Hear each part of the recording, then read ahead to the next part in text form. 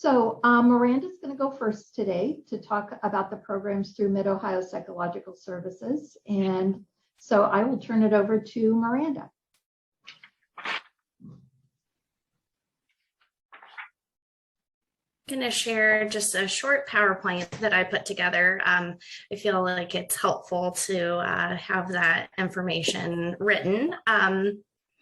So today I'm going to be talking about our prevention program, which is the Sources of Strength program. And that is centered around a relational connections model. It's an evidence-based program. And we are providing this program for 3rd through 6th grades.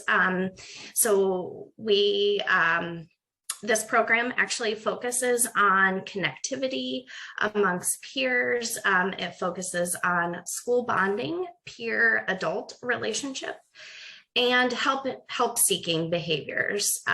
So essentially pulls all of these supports from the youth's life, and then also creates supports within the school environment for the youth.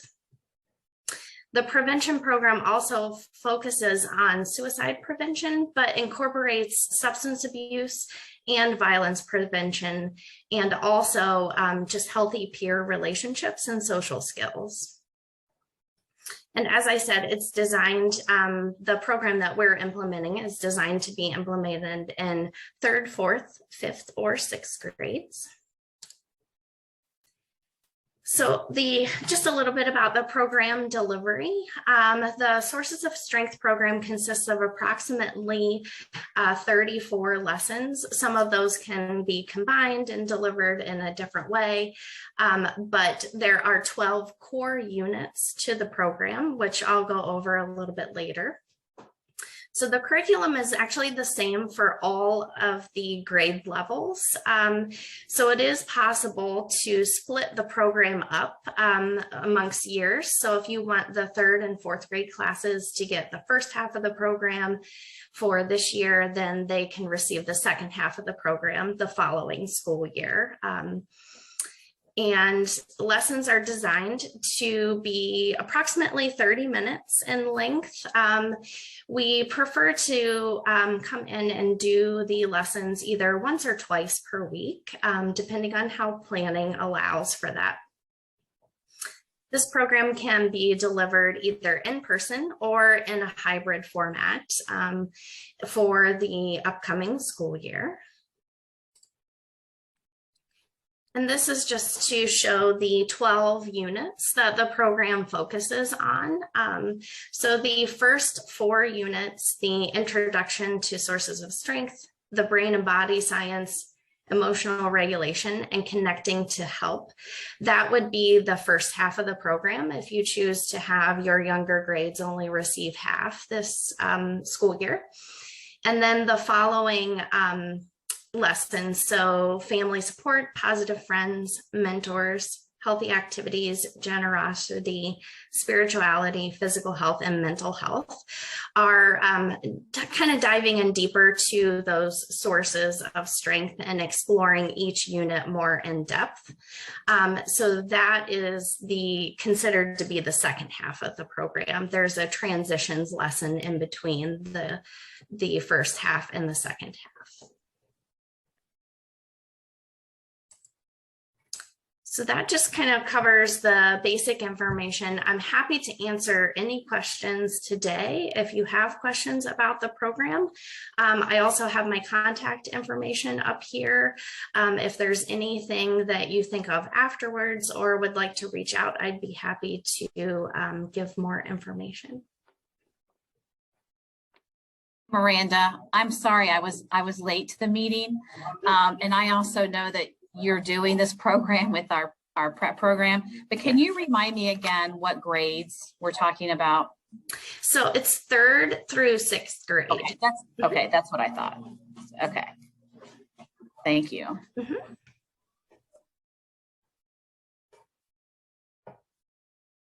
Any other questions for Miranda? So Miranda, it sounds like you are doing this program now. We- I know you had some folks go through the training to be trained. And Yes. so where are you doing the program now? So currently we're doing this in some of the Lancaster city schools and also at the Educational Service Center through the ESC. Okay. All right, great. And for the schools, when we sent the spreadsheet out on the programs, we divided up between the 3rd and 4th grade program and the 5th and 6th grade program, since there is a different cost because the upper elementary is a longer program. So I hope that makes sense, because on the spreadsheet, there are actually 2 programs listed under Mid-Ohio, and it's because of that grade level split. Yes, that makes sense. Any other questions for Miranda? All right, great. Thank you, Miranda. Thanks. And so now I will ask for Amy to take over. Well, I have to say this is new for me as far as coming into Fairfield County. So I'm new at this game. So if I mess it up, just let me know. I am not necessarily going to talk to you about the programs because all that is in that paperwork. I just want to talk to you about who we are and what we do and why. We have recently moved into Fairfield County upon a request of a principal that used to be in Pickaway County. And that's why we started seeking contract with the Adam Board because this principal wanted some services.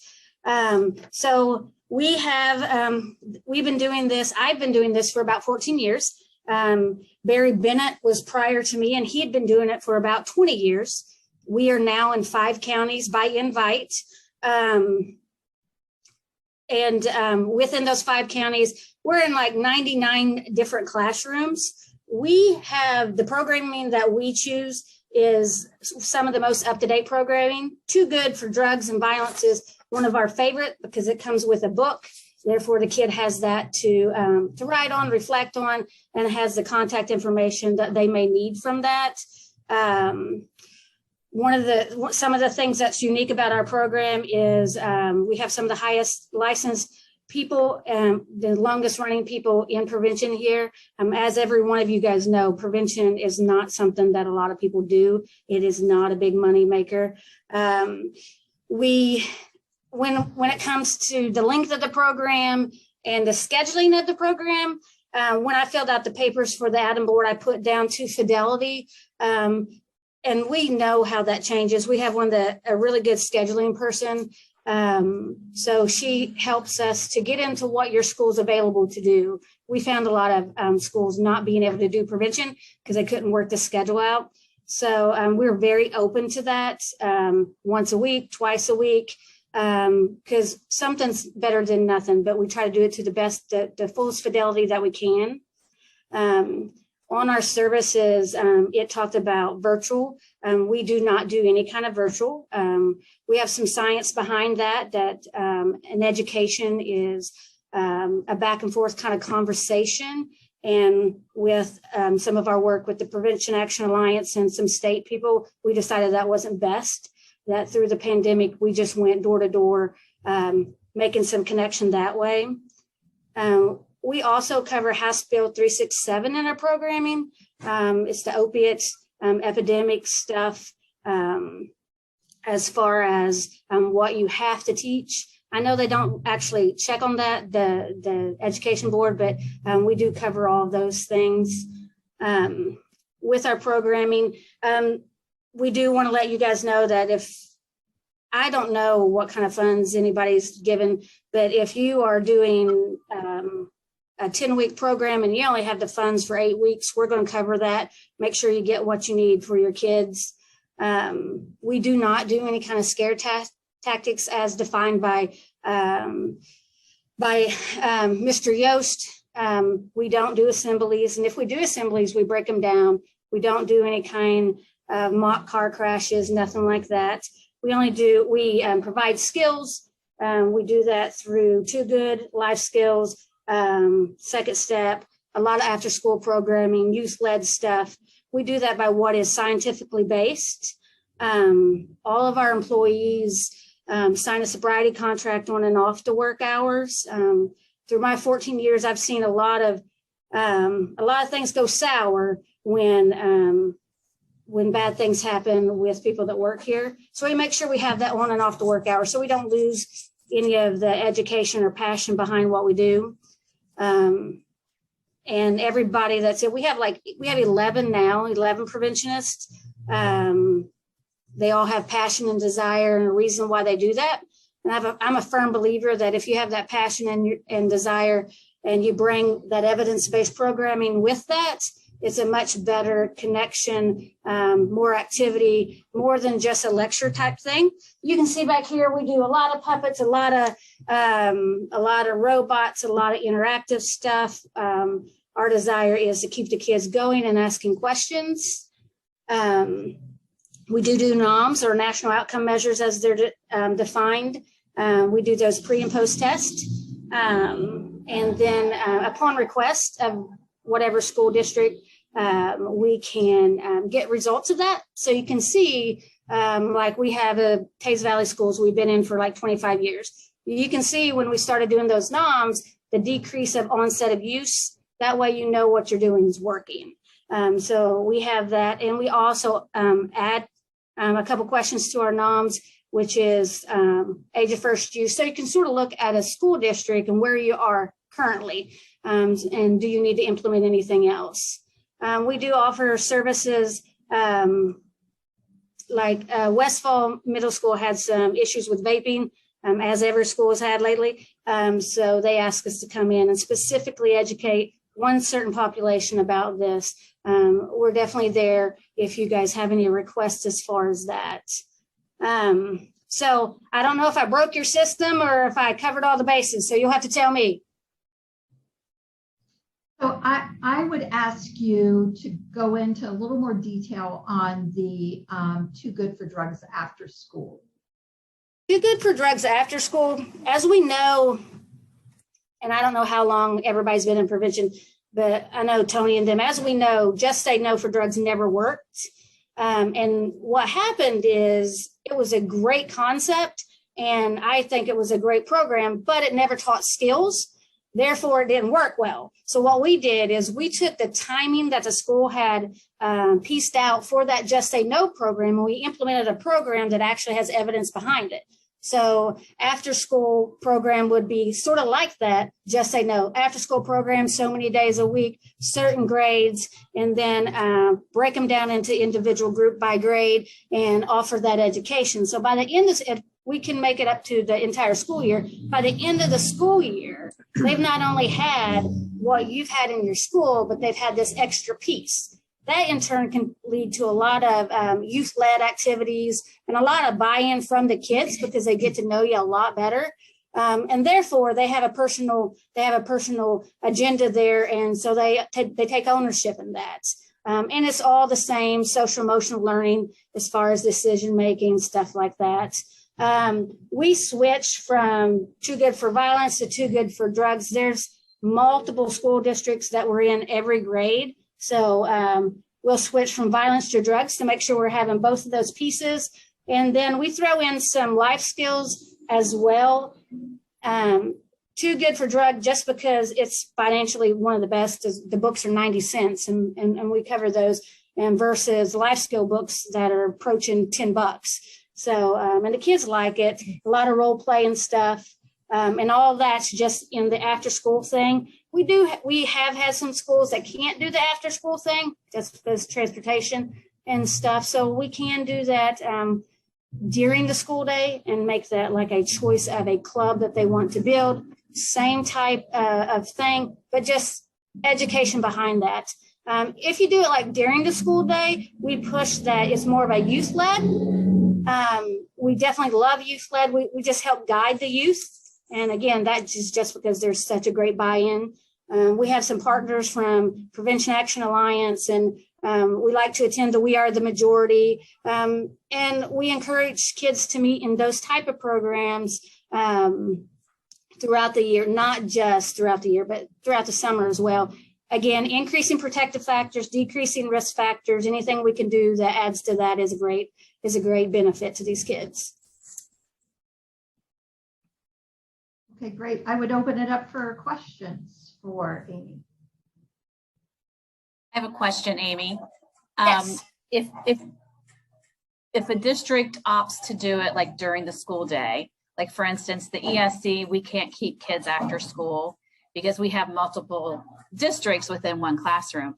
But if we wanted to do it during the school day, is that once a week or is it a couple times a week, and how long? Like an hour? Now, you're talking about the club or the after school kind of programming, the youth led type stuff. Yeah.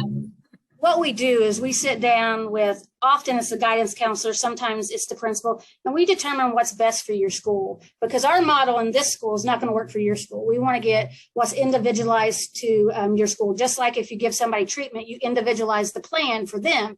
We're not going to set you guys up to fail. And then we help you advertise it. And then you see what kind of buy-in you have from the kids. And once you have that amount of buy-in, then you're going to want to break it down. Hey, if we got 50 kids and there are 4 different grade levels, let's break that down, because we want to be as individualized as possible. Started out with once a week. Hey, we got good participation. We got good things going on. We're not really hitting our goals because we're only meeting 1 hour a week. Then we increase that. So that's where we go from there. Really, with that type of stuff, our goal is to make it successful and build from that. Like the first time we were ever in Logan Elm schools, we were in Logan Elm schools, 1 grade, every semester, 1 time a week. Now we're in the entire school district. So it's really sort of like a safety plan that you develop throughout your time, seeing what's best for your kids and your population. Because I can't tell you exactly, because your population might be very different than Highland County over here. And can you tell me the targeted grade levels? We have programming for every grade level. We currently, what I sent to Tony, I sent her currently what we are providing for the other schools right now, but such as Too Good for after school or the club kind of thing. Elementary is what the Too Good for after school targets is, K through 5. When you go into the middle school, that's when we actually bring in a full program. It's not labeled for after school like Too Good. If you're doing Too Good for violence during the day for 6th grade, then we're going to bring Too Good for drugs in the club setting. So they're getting more information, and therefore they're not getting the same thing. They stay more interested.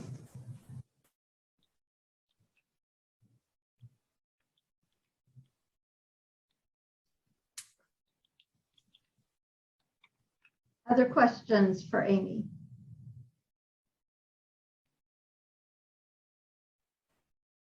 Amy, could you give your email or phone number, however they would need to be in contact with you if they end up having questions? Yes, I will add it in the chat, and you can always just look up PAR's phone number and just say, I need to talk to Amy.